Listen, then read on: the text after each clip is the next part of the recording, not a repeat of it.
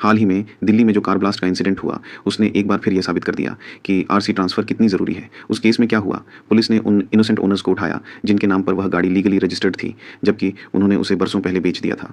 सोचिए, अगर आपकी गाड़ी किसी सीरियस क्राइम या टेरर एक्टिविटी में इस्तेमाल हो जाती है, तो सबसे पहले आप पर ही लीगल ट्रबल आएगा। तो आज हम बात करेंगे एक सुपर सीरियस टॉपिक पर, अपनी सेकंड हैंड गाड़ी बेचने के बाद उसका आरसी ट्रांसफ़र न कराना, जो एक बिग मिस्टेक हो सकती है। गाड़ी बेचने के बाद लॉ की नज़रों में असली मालिक कौन है? तो आंसर है, as per motor vehicles act के हिसाब से जब तक आरटीओ के रिकॉर्ड्स में आपका नाम हटकर नए बायर का नाम नहीं चढ़ जाता, तब तक गाड़ी के लीगल ओनर आप ही रहते हैं। आरसी ट्रांसफर न होने पर गाड़ी से जुड़े किसी भी एक्सीडेंट, ट्रैफिक चालान या बड़े क्राइम की टोटल लायबिलिटी आप पर आती है। देखिए, आरसी ट्रांसफर करना सेलर और बायर दोनों की जॉइंट रिस्पॉन्सिबिलिटी है, पर सेलर को प्रोएक्टिव रहना है। सेलर की ड्यूटी, आपको गाड़ी बेचने के 14 दिन के अंदर आरटीओ को फॉर्म 29 के जरिए इमीडिएटली इन्फॉर्म करना जरूरी है। बायर की ड्यूटी, उन्हें गाड़ी खरीदने के 30 दिन के अंदर फॉर्म 30 के साथ ट्रांसफर के लिए अप्लाई करना होता है।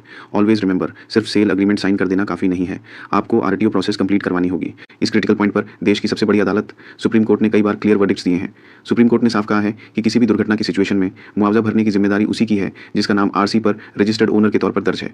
ये रूल इसलिए है ताकि एक्सीडेंट विक्टिम को न्याय जल्दी मिले और उन्हें बार बार बेची गई गाड़ियों के मालिकों को ढूंढने में हैरेसमेंट न हो। तो दोस्तों, अगर आप अपनी पुरानी गाड़ी बेच रहे हैं तो ये 3 चीज़ें हमेशा याद रखें। आरसी ट्रांसफर डेली बिल्कुल ना करें। ट्रांसफर के बाद न्यू आरसी की कॉपी अपने पास प्रूफ के तौर पर रखें।